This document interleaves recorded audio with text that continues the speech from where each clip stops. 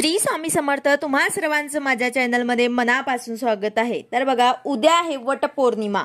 वटपौर्णिमेला आपल्या पतीवरून एक वस्तू आपल्याला ओवाळून टाकायची आहे, जेणेकरून आपल्या पतीला त्यांच्या प्रगतीमध्ये कोणतेही अडथळे येणार नाही, कोणत्याही वाईट गोष्टींचा आपल्या पतीवर काहीच परिणाम होणार नाही।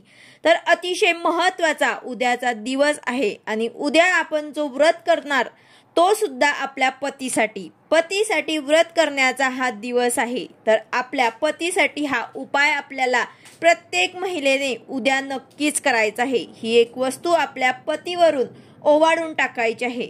तर याबद्दलची संपूर्ण माहिती मी तुम्हाला आजच्या व्हिडिओमध्ये सांगणार आहे। व्हिडिओ पूर्ण बघा, जेणेकरून तुम्हाला संपूर्ण माहिती मिळेल। जर तुम्ही चॅनलवर नवीन असाल तर चॅनलला सबस्क्राइब करायला मात्र विसरू नका आणि व्हिडिओला लाईक करायला मात्र विसरू नका।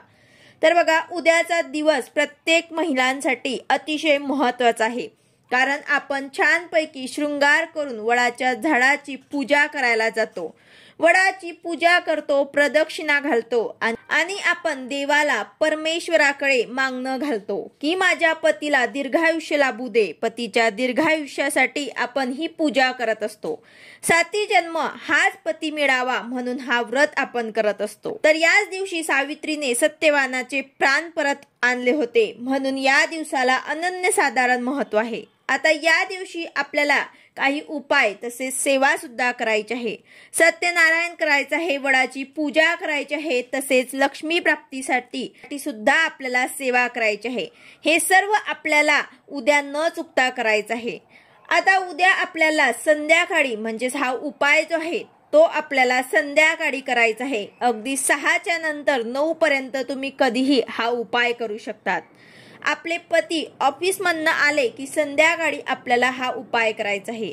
आपल्या पतीचं तुम्हाला औक्षण करायचं आहे। औक्षण करताना तुम्हाला तांब्याचं ताट घ्यायचं आहे आणि त्यामध्ये तुम्हाला कुंकू, अक्षता आणि दिवा घ्यायचा आहे। दिवा तुम्ही तेलाचा घ्या किंवा मग तुपाचा घ्या। तर अशा प्रकारे तुम्हाला ताट घ्यायचं आहे आणि तुमच्या पतीचं औक्षण करायचं आहे। औक्षण करताना तुम्हाला जास्त काही घ्यायची गरज नाही। 3 वेळा तुम्हाला औक्षण करायचं आहे आणि ते ताट तुम्हाला खाली न ठेवता कुठेही तुम्ही टेबलवरती ठेवू शकतात। तर अशा प्रकारे तुम्हाला तुमच्या पतींचं औक्षण करायचं आहे, कुंकू लावायचं आहे, अक्षदा लावायचं आहे, त्यांच्या डोक्यावर सुद्धा तुम्हाला थोड्याशा अक्षदा जे आहे ते टाकायचे आहे। जसं आपण नेहमी औक्षण करतो तसेच तुम्हाला औक्षण करायचं आहे आणि यानंतर एक वस्तू तुम्हाला त्यांच्यावरून उतरवून टाकायची आहे, उतारा करायचा आहे। तर तुम्हाला उतारा करण्यासाठी तुम्हाला मूठभर तांदूळ घ्यायचे आहे। जेव्हा आपण ताट घेणार त्यामध्येच तुम्हाला थोडेसे तांदूळ जे आहे ते जास्त घ्यायचे आहे आणि त्यामधूनच तुम्हाला मूठभर तांदूळ घेऊन ते आपल्या पतीवरून उतरवून टाकायचे आहे। जसं आपण अमावस्येला उतारा करतो त्याचप्रमाणे तुम्हाला क्लॉकवाईज तुम्हाला 3 वेळा उतरवून टाकायचं आहे। जसं आपण नारळ उतारा करतो त्याचप्रमाणे जेव्हा आपण औक्षण करणार, औक्षण झाल्यानंतरच तुम्हाला हा उतारा करून घ्यायचा आहे।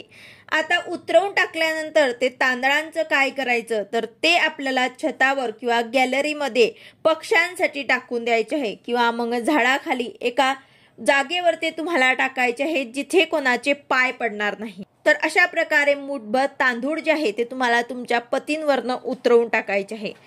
आता ज्यांना कोणाला मासिक पाळी सुतक असेल तर तुम्ही हा उपाय करू शकणार नाही, हा उतारा तुम्ही करू शकणार नाही। तर अशा प्रकारे घरातला कर्ता पुरुष अतिशय महत्त्वाचा असतो। त्यांची प्रगती झाली तरच आपल्या घराची प्रगती होत असते।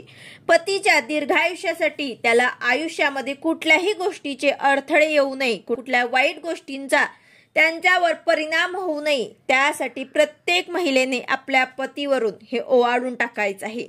पतीला कोणताही वाईट दृष्टीचा, वाईट त्रासाचा, नकारात्मक शक्तीचा, त्याचबरोबर करणी बाधा त्यांच्यावर त्यांचा परिणाम होऊ नये, त्यासाठी तुम्हाला हा उपाय नक्कीच करायचा आहे। अतिशय महत्त्वाचा आणि अगदी छोटासा उपाय तुम्हाला आवर्जून उद्या नक्कीच करायचा आहे। जर आपण काही छोटे छोटे उपाय अशा शुभ दिवसांवर केले तर त्याचं फळ आपल्याला नक्कीच मिळत असते। व्हिडिओ आवडला असेल तर लाईक करा, शेअर करा, सबस्क्राइब करा। भेटूया अशाच नवीन व्हिडिओ सोबत। श्री स्वामी समर्थ।